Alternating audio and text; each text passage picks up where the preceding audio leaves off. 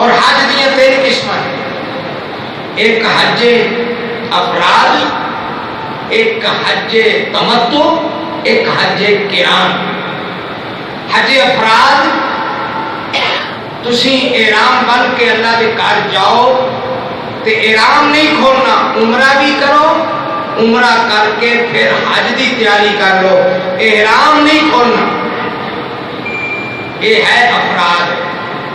تمتع کی ہے، تسی اللہ دے گھر جاؤ 8 تاریخ تو پہلے جننے دن نے عمرہ کرو، احرام کھول کے نہاؤ دھوو، کپڑے بدلو، 2 4 دن 5 دن 10 دن 20 دن 25 دن جننے دن نے طواف کرو، جدو حج دے دن آ جان دوبارہ احرام بنو۔